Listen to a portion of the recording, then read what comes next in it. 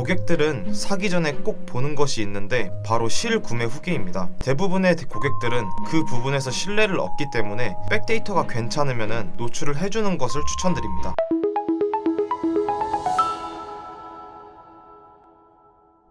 안녕하세요. AMPM 글로벌 임재빈 대리입니다. 오늘은 대부분의 업체들이 입점되어 있는 네이버 쇼핑 검색 광고에 대해서 교육을 진행해 볼까 합니다. 대부분의 분들이 기본적인 것들을 놓치면서 전반적인 운영이 흐트러지는 부분이 굉장히 많습니다. 이번 시간 저와 함께 짚고 넘어가면서 왜 이러한 부분들을 놓치면 안 되는 건지 한번 말씀을 드리겠습니다. 먼저 목차는 크게 세 가지로 나누었는데요. 첫 번째는 품질 지수의 이해고, 두 번째는 키워드를 어떤 식으로 관리하는가, 마지막 세 번째는 키워드는 어떤 식으로 발굴하는가에 대한 팁을 살짝 넣어봤습니다. 전반적으로 쇼핑 검색 광고에 대한 파이가 좀 크신 분들은 아마 제 교육이 오늘 도움이 많이 되실 겁니다. 그러면 첫 번째 주제인 품질 지수에 대해서 말씀을 드릴 예정인데요. 품질 지수는 광고주분들께서 가장 예민하게 생각하시는 부분일 텐데, 기초적인 이해와 성과 개선을 위해 취해야 할 액션들은 어떤 것들이 있는지 살펴보겠습니다. 품질 지수는 내 광고가 다른 광고와 비교해서 얼마나 검색 사용자의 의도와 요구를 충족하고 있는가를 나타내는 것입니다. 쉽게 말해 다른 업체 광고보다 소비자들의 의도를 잘 파악하고 소구점을 잘 파악해서 얼마나 잘 대입하는가의 차이입니다. 품질 지수는 크게 7개의 바 형태로 나타나게 되는데, 두 칸에서 한 칸은 다른 광고에 비해 광고 품질이 좋지 않은 수치를 나타내고, 세 칸에서 5칸은 다른 광고와 비슷한 수준의 품질을 뜻하며, 마지막 6칸에서 7칸은 다른 광고에 비해 품질이 높다라는 뜻입니다. 그렇다면 해당 품질 지수의 반영 조건은 뭐가 있을까요? 소재마다 부여되는 광고 클릭률이나 상품과 광고 소재의 연관도, 상품의 이용자 반응, 즉 전원과 유입 비중까지 선정 기준에 포함이 됩니다. 다시 말해 다른 업체에 비해 노출 소재라든지 이미지 등 다양한 확장 소재가 좋아야 하고 괜찮아야 하기 때문에 이 부분에서 미비하여 기본적으로 노출이 많이 되고 클릭을 못 받아도 자연스럽게 품질 지수는 떨어지게 되고, 이 문제는 곧 광고비에 영향을 주게 됩니다. 광고 순위는 입찰가의 품질 지수가 반영이 되는데, 품질 지수가 떨어지면 순위가 당연히 떨어지게 되고, 해당 순위를 다시 탈환하기 위해서는 입찰가를 높여야 하기 때문입니다. 해서 품질 지수의 관리는 곧 광고비로까지 이어지기 때문에 관리하는 것 자체가 가장 중요한데요. 그럼 품질 지수 관리는 어떻게 해야 하는가? 기본적으로 소재명과 정보들이 상품과 연관도가 있어야 되는데, 유입이 좋고 전환이 데이터가 좋아야 합니다. 그러면은 상품 연관도도 중요하지만 온라인 고객들이 혹할 만한 포인트를 집어주는 게 가장 베스트인데, 저는 그게 바로 확장 소재에 있는 부가 정보라고 생각이 돼요. 고객들은 사기 전에 꼭 보는 것이 있는데 바로 실구매 후기입니다. 대부분의 고객들은 그 부분에서 신뢰를 얻기 때문에 백데이터가 괜찮으면 노출을 해주는 것을 추천드립니다. 추가 정보로 품질 지수는 클릭에 대한 비중보다 전환에 대한 비중이 큰 거는 사실입니다. 그러나 전환 실적이 좋지 않다라고 해서 품질 지수가 금방 떨어지지는 않습니다. 지금 보이시는 자료를 보시면 전환은 없으나 품질 지수는 그대로인 것을 확인할 수 있는데요. 노출과 클릭 데이터가 괜찮고 클릭률이 좋으면 품질 지수는 쉽게 떨어지지 않습니다. 품질 지수가 떨어지기 전에 우리는 빠르게 다른 소재로 바꿔보고 다른 이미지를 바꿔보면서 저희가 바꿔볼 수 있는 모든 것에 대해서 A/B 테스트를 진행하고 고객들에게 포인트가 될 만한 점을 찾아서 광고를 하면 되겠죠. 두 번째로 키워드 분석하는 것인데요. 키워드 분석을 왜 해야 하는지, 또 어떻게 하는 게 가장 효율적인지를 간단하게 풀어드리는 부분이라고 생각하시면 됩니다. 먼저 키워드 분석은 왜 필요한가를 설명드리겠습니다. 쇼핑 검색에 있어서 키워드 분석은 필수인데, 파워링크처럼 저희가 원하는 키워드를 개별적으로 등록하는 방식이 아닌 상품 상세 페이지, 부가정보, 상품명 등을 고려해서 자동 매칭해주는 시스템입니다. 그 말은 쉽게 말해 저희가 원하는 키워드가 들어가지 않을 수도 있고, 또 원하지 않는 키워드가 들어갈 수도 있습니다.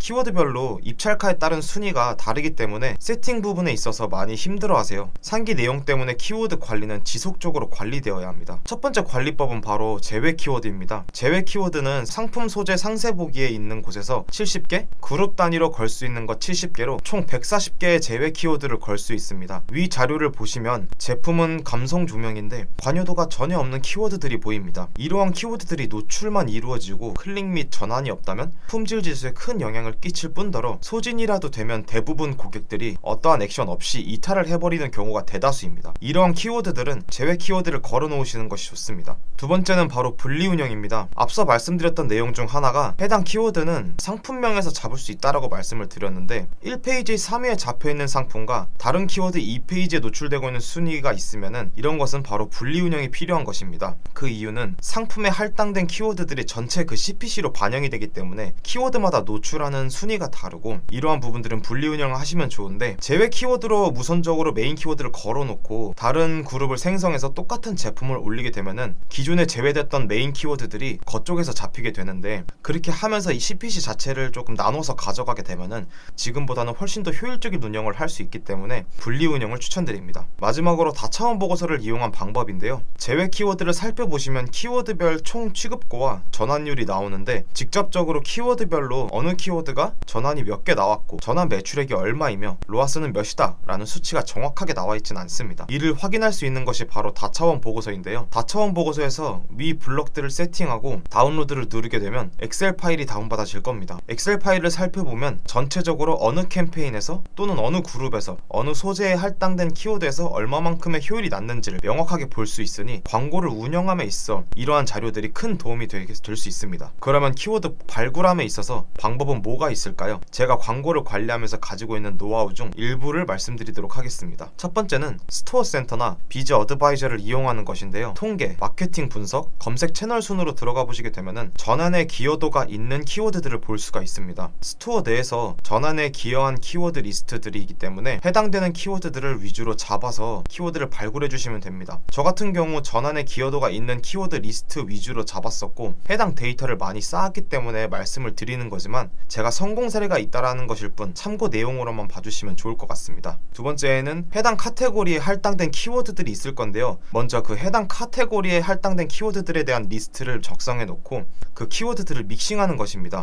상품명을 예로 들면은 일반 주방세제 카테고리를 예로 들어보겠습니다. 매칭되는 키워드는 주방세제, 주방 클리너, 찌든때 제거라는 3개의 키워드가 있다고 하면은 이를 믹싱하여 주방 찌든때 제거, 찌든때 클리너, 주방 찌든때 세제 등등이 있을 텐데 이렇게 계속적인 믹싱을 통해서 새로운 키워드들 리스트를 또 발굴하고 해당 발굴된 키워드들이 해당 카테고리에 잡히는지 안 잡히는지를 확인해 주신 후 잡히는 키워드들을 쇼핑 검색 키워드로 발굴해 주시면 됩니다. 쇼핑 검색에서 키워드 발굴을 해야 하는 이유 중 가장 큰 이유는 경쟁 빈도가 많이 떨어지고 경쟁사가 많이 없는 키워드들을 계속적으로 발굴하는 건데 그렇게 되면은 실질적으로 저희가 메인 키워드라고 잡을 만한 키워드들에 대한 CPC 단가보다 낮고 경쟁 구도도 낮고 상위 입찰이 쉽기 때문에 기본적으로 거기서 전환이 일어나게 된다라고 하면은 CPC 비용도 저렴해지고 전환당 비용도 내려가니 이보다 좋은 운영법은 없겠죠. 이렇게 이번 교육 주제인 쇼핑 검색 광고 효율적인 운영법 교육 영상을 마무리했는데요. 혹여나 오늘 주제 또는 제가 그동안 찍어왔던 영상들에 대해서 문의하고 싶은 점이나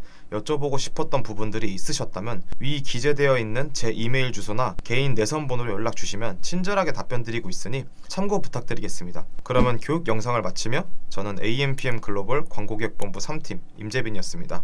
시청해주신 분들께 감사합니다.